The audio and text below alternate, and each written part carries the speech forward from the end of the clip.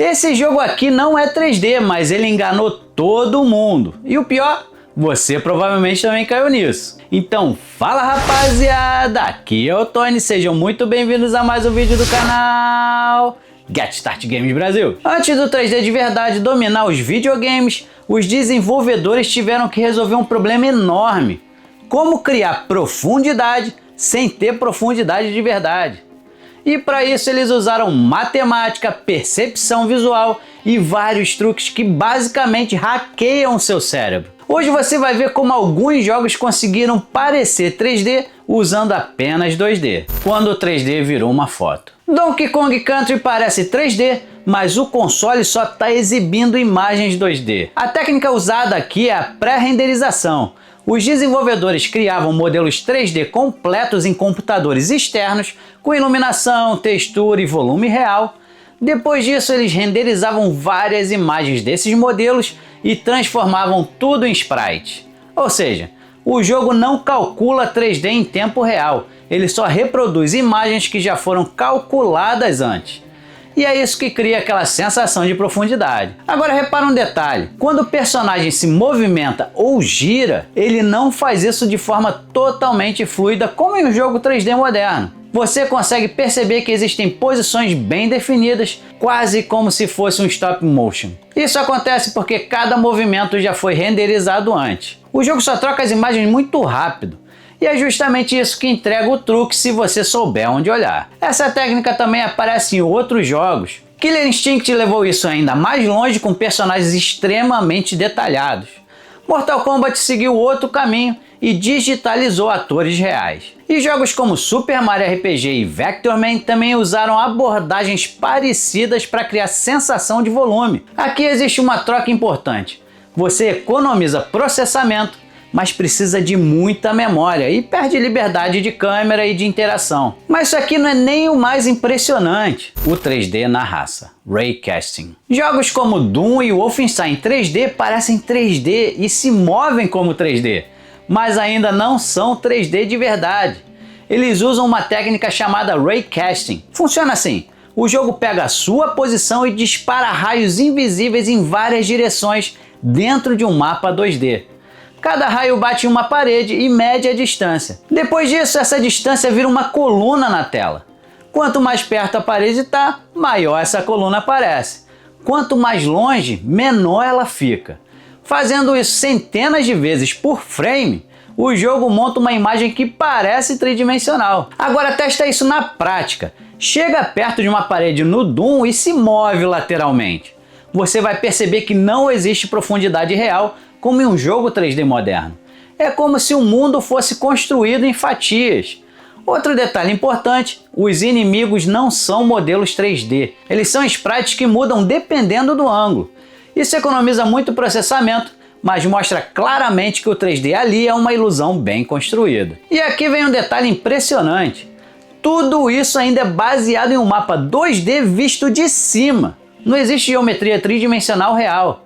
Por isso existem limitações como paredes sempre retas e pouca variação de altura. Mesmo assim, o cérebro aceita completamente a ilusão. E o mais absurdo é que isso rodava em hardware extremamente limitado.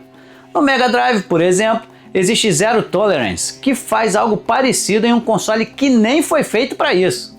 Isso aqui é otimização no limite. Agora o truque começa a ficar mais absurdo. Movimento sem movimento. Scaling. Tem jogo que parece que você está avançando em um mundo 3D, mas você nunca saiu do lugar. A técnica aqui é o scaling. Os objetos apenas aumentam de tamanho na tela e o seu cérebro interpreta isso como aproximação. OutRun fazia isso o tempo todo. A pista parecia vir até você, mas na verdade ela só está sendo redesenhada em tamanhos diferentes várias vezes por segundo. Agora repara melhor na pista, ela não está vindo em um espaço tridimensional real, ela está sendo reconstruída constantemente com pequenas mudanças de escala. E o mais interessante é que o seu cérebro preenche o movimento entre essas mudanças. Ou seja, parte da sensação de velocidade não vem do jogo, vem de você interpretando o que está vendo. Space Harrier e Afterburner também usavam essa ideia com inimigos e objetos vindo na sua direção. E no Mega Drive, jogos como Road Rash exploravam variações desse efeito. Tecnicamente, o jogo precisa recalcular ou trocar sprites em vários tamanhos rapidamente, seja usando versões prontas ou cálculos em tempo real. Quanto mais suave essa transição, mais convincente é o efeito. E aqui é onde as coisas ficam interessantes. O falso 3D que girava o mundo. Mode 7. O Mode 7 pega uma imagem 2D e aplica transformações matemáticas como rotação, escala e perspectiva em tempo real. Jogos como Super Mario Kart e F-Zero usam isso para criar pistas que parecem tridimensionais. Mas no fundo tudo ainda é uma imagem plana sendo manipulada. O que acontece aqui é que cada linha da tela representa uma distância diferente. Linhas mais próximas são desenhadas maiores. Linhas mais distantes são desenhadas menores. Isso cria a sensação de profundidade sem precisar de um mundo 3D real. Agora tem um detalhe muito interessante. Se você parar a imagem, a ilusão praticamente desaparece. Você percebe que é só uma textura esticada. Ou seja, o movimento é essencial para vender o efeito. Sem movimento, o truque não funciona. Mas nem todo truque tentava te levar para dentro da tela. Profundidade em camadas. Parallax Scrolling. Em vez de simular profundidade para frente, alguns jogos criavam profundidade lateral. A ideia é simples, mas extremamente eficaz. Sabe quando você está em um carro e olha pela janela? Os objetos mais próximos passam rápido, enquanto o fundo parece se mover devagar. Os desenvolvedores copiaram exatamente isso. Em vez de uma única imagem de fundo, o jogo usa várias camadas independentes. A camada da frente se move mais rápido, as do meio em velocidades intermediárias, e o fundo quase não se move. Isso cria uma sensação muito forte de distância. Jogos como Sonic the Hedgehog e Street Fighter 2 usam isso o tempo todo. Se você reparar, os cenários têm várias camadas se movendo em velocidades diferentes. Sem isso, tudo pareceria plano. Tecnicamente, isso exige sincronização perfeita entre as camadas para manter a ilusão consistente. E mesmo quando o 3D chegou, os truques não pararam. O 2D escondido dentro do 3D. Billboarding. Mesmo quando os jogos começaram a usar 3D de verdade, o 2D ainda era essencial. Uma técnica muito comum era o billboarding.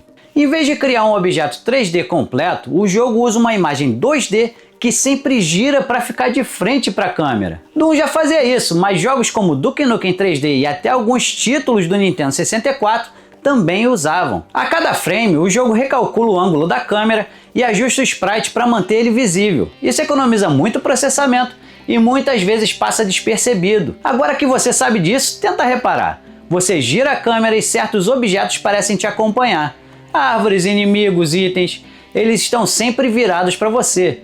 Depois que você percebe isso, não dá mais para desver. E agora talvez o caminho mais diferente de todos. O 3D sem polígonos. Voxel Space. Enquanto a maioria dos jogos tentava construir o 3D com polígonos, existia uma abordagem completamente diferente. Em vez de triângulos, o mundo era definido a partir de um mapa de altura, onde cada ponto representa a altura de uma coluna de pixels. O exemplo mais famoso é o Comanche Maximum Overkill. Esse jogo conseguia criar terrenos com montanhas e vales muito mais orgânicos do que os gráficos de polígonos da época. O que acontece aqui é que o jogo projeta colunas verticais baseadas nesse mapa de altura, criando uma sensação de relevo contínuo. O resultado é um ambiente muito mais natural visualmente. O problema é que essa técnica exigia muito processamento e não funcionava bem para objetos complexos. Por isso, os polígonos acabaram se tornando padrão. Mas por um tempo, os voxels foram uma das formas mais impressionantes de criar a ilusão de 3D. No fim das contas, todas essas técnicas seguem o mesmo princípio.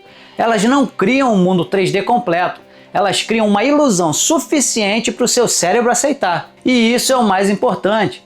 O jogador não precisa de perfeição, ele só precisa ser convencido. A real é que o 3D não começou com poder, começou com limitação.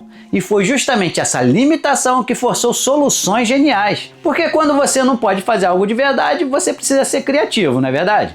E esses jogos fizeram isso como ninguém. O 3D não nasceu poderoso. Ele nasceu da necessidade de convencer o seu cérebro para que os jogos evoluíssem. Mas agora eu quero saber de você. Qual dessas técnicas você achou mais genial? Se você curtiu esse tipo de conteúdo, já deixa o like porque isso ajuda muito o canal. E se inscreve para não perder os próximos vídeos, principalmente se você gosta dessa mistura de curiosidade com explicação. E se quiser continuar nessa vibe, tem um vídeo aparecendo aí do lado que você vai curtir com certeza. Então, muito obrigado por assistir até o final. Fiquem com Deus e nos vemos no próximo vídeo. Fui!